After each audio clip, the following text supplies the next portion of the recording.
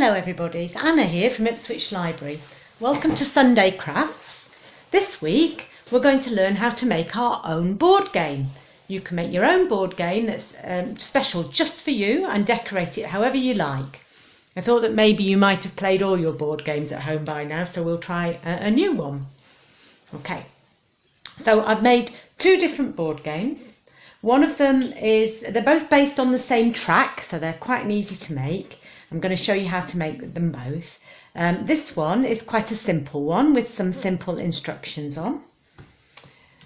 And then I also made one that's the story of my rabbit. Here he is. Can you help Bertie Bunny get to the lovely green grass? So this is the story of my bunny, Bertie, and he's escaped from his cage at the start and he goes on lots of adventures until he gets to the green grass at the end. So don't worry if you haven't had a good chance to look at these. I'm going to put photographs of them up at the end so you can have a really good look at them and see how to decorate them. But I'm hoping that you will make one that's just for you with your own story on. That would be great. Okay, so what you're going to need for the craft today is 2 sheets of paper. This is actually 2 ordinary sheets of paper. And I've just sellotaped them together at the back, as you can see, to make a really nice big space for your board game. And then you're going to need some colours. And then you're going to need a dice or a spinner to play the game. And some counters. Okay, we'll talk about those later. First of all, you need to make your track. So what I would do is do this in pencil first, and then when you're really happy with the shape, go over it with a nice thick marker pen so you can see the lines like this. So we're just going to make a really nice swirly shape that goes all the way round and fills up your paper.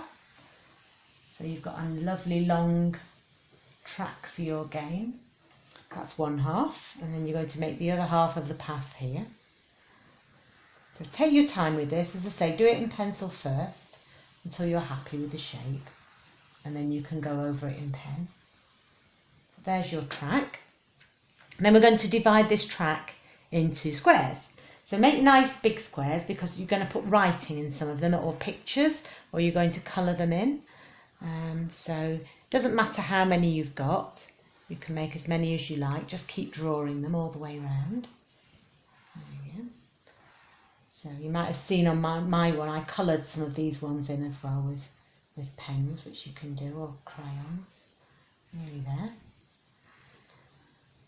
There we go. And I'm going to make a nice big one at the end. There we go. So the next thing we're going to do is put some numbers on here. So this is good for practicing your numbers, so you can count along with me if you like as we're going along. 1, 2, 3, 4, 5, 6, 7, 8, 9, 10, 11, 12, 13, 14, 15, 16, 17, 18, 19, 20, 21, 22, 23. So my game has got 23 squares. Yours might be slightly different. And just write the numbers small in the corner because you're going to need space to put other things in the blocks. Okay. So in order to play a game, we need a start and a finish. So at the very first, number 1, we're going to write start. And then right up at the top here, this is going to be our finish. Okay. So when you play a game, when you play a track game like this, you might remember that you throw a dice or you spin your spinner and you get a number. I'm going to throw again because that was a rubbish number. Number 1. Yeah, that's better. Number 3. You take your counter. I've got my little car. And you can go 3 spaces with your car. 1, 2, 3. But it's not as simple as that because sometimes you have an instruction, something you have to do when you land on the square. So we're going to add some of those things into the game.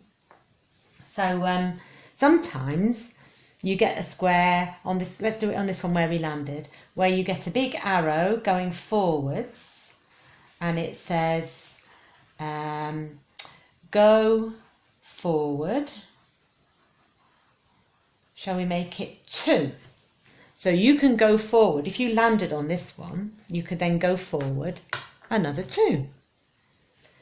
Equally, on another square, you could write, where shall we put it? Let's put it here. You could write go back. Ooh, shall we go back 5 spaces?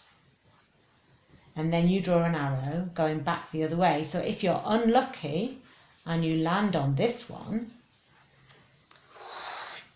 you end up going back 1, 2, 3, 4, 5 spaces. So you could do that several times along your squares. I also thought it might be quite nice to put some actions on here because they're always fun. So say if you landed on number 10, you might have to sing a song. I'm sure you all know lots of lovely songs you could sing if you landed on that one. And another thing I thought that we might be able to do, you can change colour if you like, put some different colours on. Maybe up here we can write pretend to be an animal. So if you landed on this square, you might pretend to be your favourite animal. You could be an elephant or a lion or whatever animal you liked. So you can fill in some other actions that you might like to do, or you can put in some more go forwards and go backs. And if you've got some empty squares and you think it looks a bit boring, you can even colour them in. So you can get some pencil crayons, if you've got some pencil crayons or some other sorts of crayons, it doesn't really matter what. And then you can colour in the square like this. And you can colour it in all over, and that will make your board game look brighter. I'm going to do mine really quickly, but I expect you're going to take more time over yours and make it look beautiful. Or you can add some pictures. So you could add a flower if you wanted. Let's put one in this one. Or a car, or whatever you like to draw, you can put them in the middle of your board game to cheer it up. Then you need to give your board game a title. So on my one, I put it in the middle. I put Anna's Crazy Race, and I decorated it up with some swirls. And you can see that I've added some more instructions on mine as well. In this one here, it says stop, miss a go. So if you land on that one, you would have to stop, and the next person would have 2 turns. Okay. So then to play your game, you will need some counters. You'll need 1 each. So if you're playing with a friend or with somebody else in your house at the moment, you need to have a counter for each person. You could just borrow them from another board game. This one is a car from the Monopoly. Some of you might recognise that. And here's my favourite. He's a dinosaur from one of my dinosaur, a game that I've got about dinosaurs. But if you don't have those things, you could just make yourself some counters out of something like some bottle tops. So this one, I've put my name on it, Anna, so you can see it's mine. And you could have different colours for different people.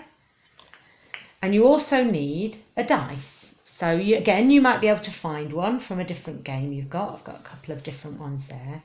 But if you haven't got any dice at home, you can make yourself a spinner. So I'm quickly going to show you how to make a spinner. So can you see it's made out of a piece of cardboard. This is just a cereal box and a pencil. So all you need to do is get a piece of cardboard like this, draw around something round, and then cut it out. I'll do mine quite quickly. There we go. And then once you've cut it out, you have to divide it up like the one you can see here into 6 pieces as evenly as you can, so you can write your numbers in it. So draw 1 line across. Let me do it with a felt tip so you can see better. That's it. And then draw another line across, and then draw another line across like that. So you might need an adult to help you with that bit. And then you can write your numbers in. 1, 2, 3, 4, turn that round, 5 and 6.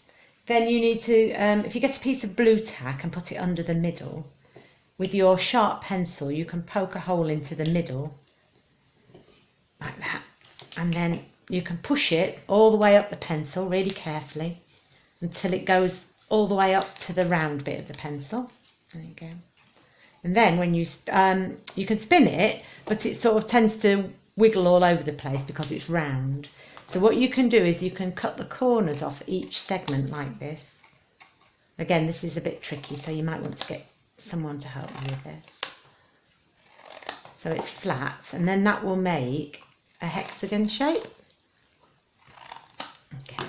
And now, when you twirl it, it will land on one side. So you see that one's landed on a 3, and that one's landed on the 1. Okay, so that you can have that instead of a dice if you like. Then all you've got to do is play your game. So I think I'm going to have a go at this game that we've just started. I'll do my one because it's got some more things on it. I'm going to be the car.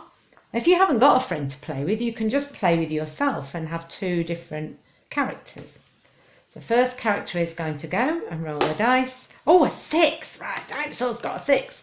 1, 2, 3, 4, 5, 6. So he hasn't landed on anything special there. Let's have a look what the car does. Car's got a 6 as well. 1, 2, 3, 4, 5, 6. So then a dinosaur's turn again. He's got a 4. 1, 2, 3, 4. Still hasn't landed on anything special. And the car's got a 2. So you carry on like this all the way round until the first person gets to the finish line. And hopefully you'll land on some of these as well. That make it really exciting. Okay. So I hope you've enjoyed making your board game today. If you want to share your board games with us that you've made, get someone to take a photograph of them and you can post them on our Facebook page and we'll have a look and see how beautiful they are.